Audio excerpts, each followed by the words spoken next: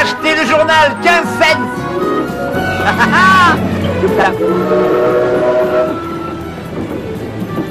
Bon, allez, c'est tout ce qui me reste. Les dernières nouvelles, 25 cents. Il n'y en aura pas pour tout le monde. Tiens, maman, j'ai 100 $ pour toi. Oh, tiens, maman, prends encore ça. Oh. À l'âge de 15 ans, Edison va imprimer son propre journal dans le train.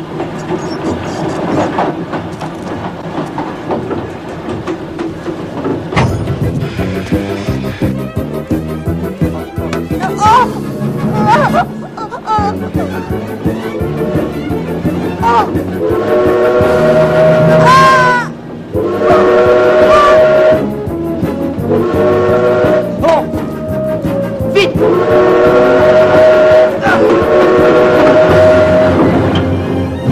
Comment faire pour te remercier, Thomas? Eh bien, monsieur... C'est d'accord, Thomas, je t'apprendrai.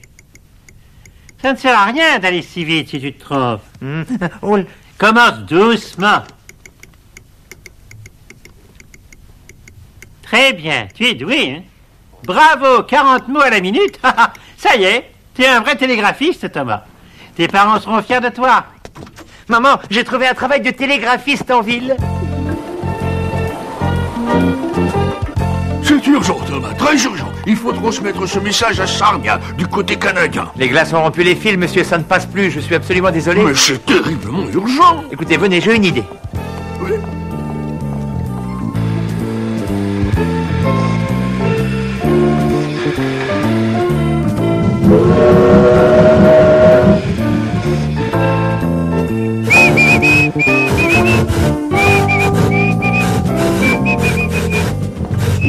Ah, ils sont fous. Qu'est-ce qu'ils ont à nous casser les oreilles?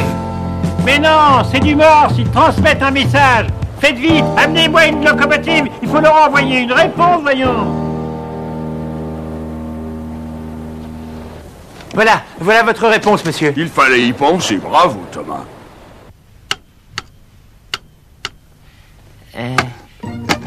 Alors, Edison, ce message.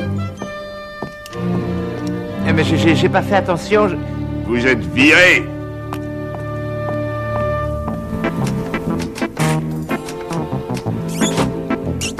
Oh, tous ces rats, mais c'est pas possible. J'ai une idée.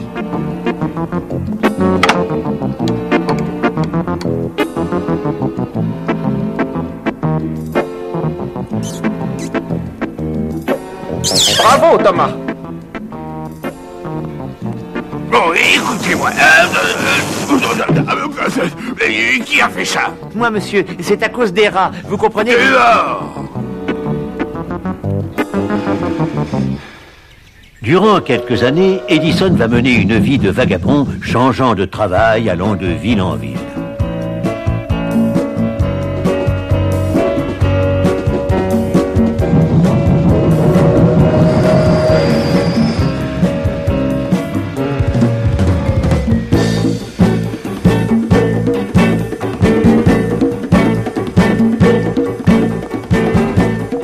Je suis télégraphiste, vous n'auriez pas du travail.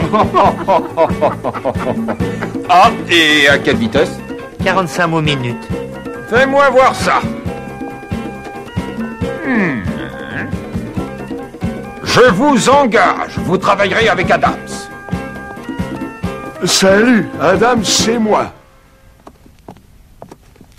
Tu viens? C'est l'heure d'aller au boulot. Qu'est-ce que c'est que tout ce bric-à-brac, hein? Pour tout te dire, j'adore faire des expériences. Électricité, chimie, enfin un peu de tout. Et vois-tu, en ce moment, je fais des essais d'après le travail d'un chimiste suédois, Nobel. Oh. Mais là, je crois que je vais arrêter. Ça peut être dangereux. En effet, qu'est-ce que c'était que ça? Oh, c'est un mélange de nitroglycérine avec une pâte et des tas de trucs. On appelle ça de la dynamite. Et ça, qu'est-ce que c'est? Un multiplex. Ah, et ça fait quoi? Ça devrait permettre d'envoyer plusieurs messages par le même fil. Ah, attention, Adams! Touche pas à ça! Tire! Tu vas t'électrocuter! C'est de l'acide! Vite, va te laver! C'est pas beau à voir, tu devrais faire attention. Tu vois, c'est une machine électrique à compter les votes. Je vais la présenter au Congrès à Washington et je vais faire fortune. Je vous explique, sénateur. Cet appareil compte automatiquement les votes. Il vous fera gagner beaucoup de temps. Oh, vous dites gagner du temps, mais jeune homme, ce que nous voulons, ce n'est pas gagner du temps, c'est gagner les élections. Laissez-moi vous expliquer, c'est très simple. Ensuite, vous jugerez par vous-même de la véritable utilité de mon invention.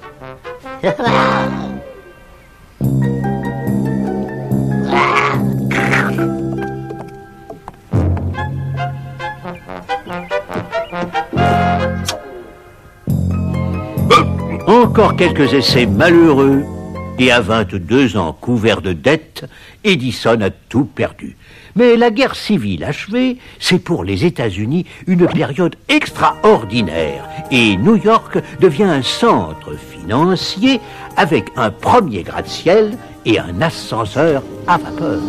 Le chemin de fer relie l'Atlantique au Pacifique. On se passionne pour le baseball, et le patin à roulettes devient le sport à la mode. $1, c'est tout ce qui me reste. Eh ben, j'irai pas bien loin avec ça.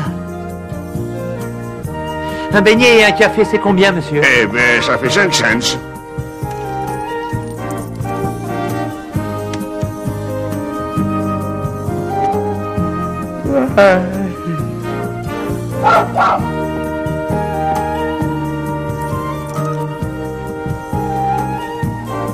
Elle est détraquée, votre machine, mon vieux. Elle ne vaut rien. C'est de votre faute, Los. Vous êtes un incompétent, pop. Voilà tout, si on ne peut pas transmettre, je suis ruiné. Pardon, messieurs. Quoi? Je pense, enfin, je suis sûr de pouvoir réparer votre machine. Vous vous y connaissez? Un petit peu, oui. Alors venez.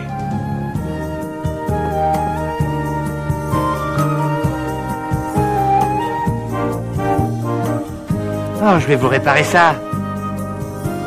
Laissez-moi seul un instant. Venez, ce jeune homme m'inspire confiance.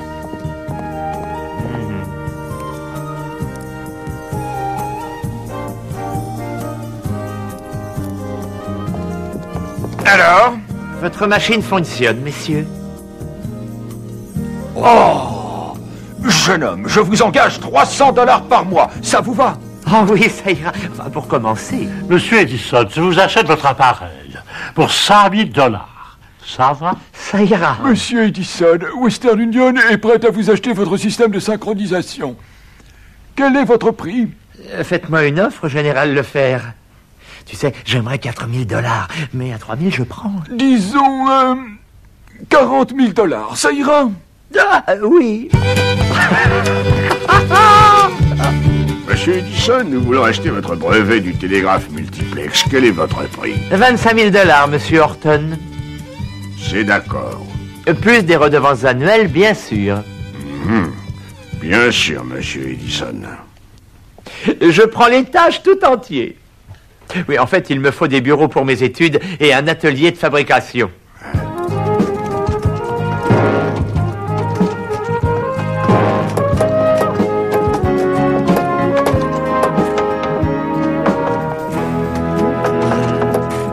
Monsieur Edison, vous m'avez fait peur. Je vous ai fait peur, vraiment? Pas vraiment.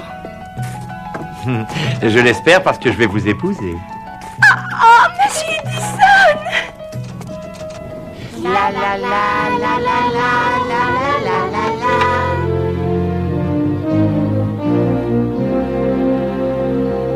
Mais Thomas, qu'est-ce que tu fais là? Tu le vois, j'essaie d'arranger cet appareil. Tu as oublié qu'aujourd'hui, C'est quoi? d'abord c'est Noël. Et en plus, tu es un jeune marié. Oh mon Dieu! Thomas, il faut absolument payer les impôts, sinon nous aurons une grosse amende. Oui, je le ferai, Marie, d'accord. Sois gentil. Fais-le.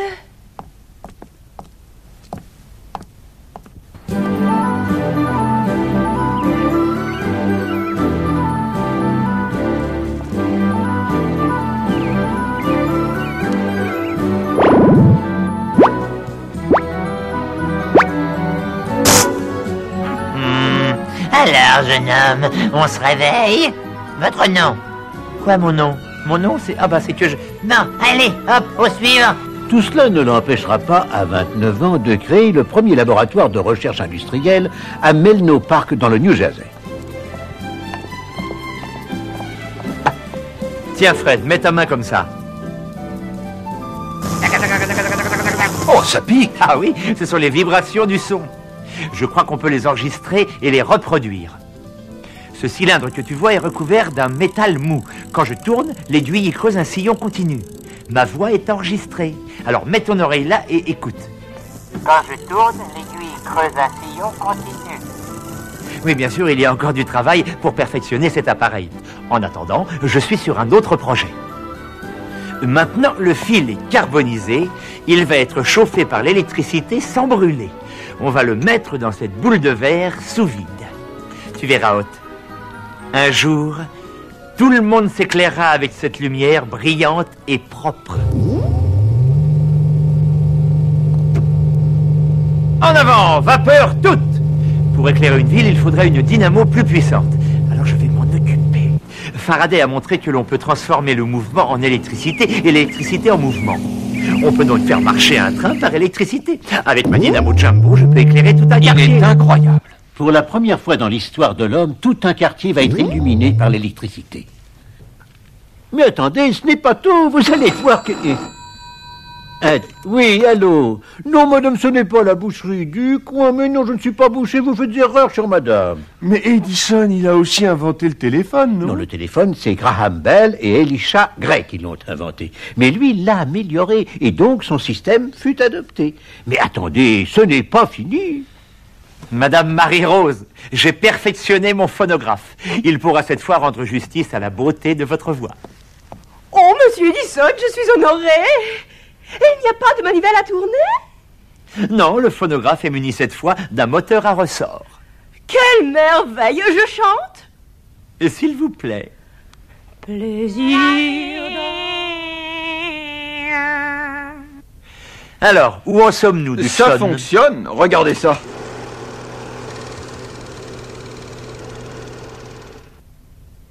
Bien sûr, il faut encore l'améliorer.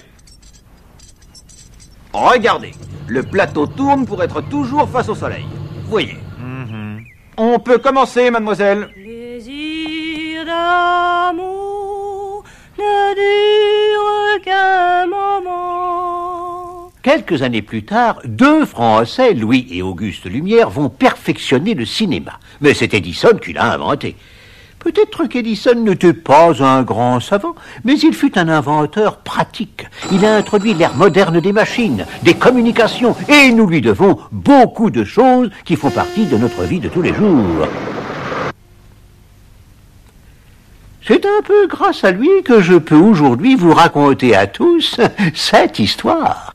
Les découvreurs façonnent pour nous des mondes meilleurs. L'œil vers le ciel, leurs pensées vagabondent ailleurs. Tourne manège des étoiles, des planètes, des comètes.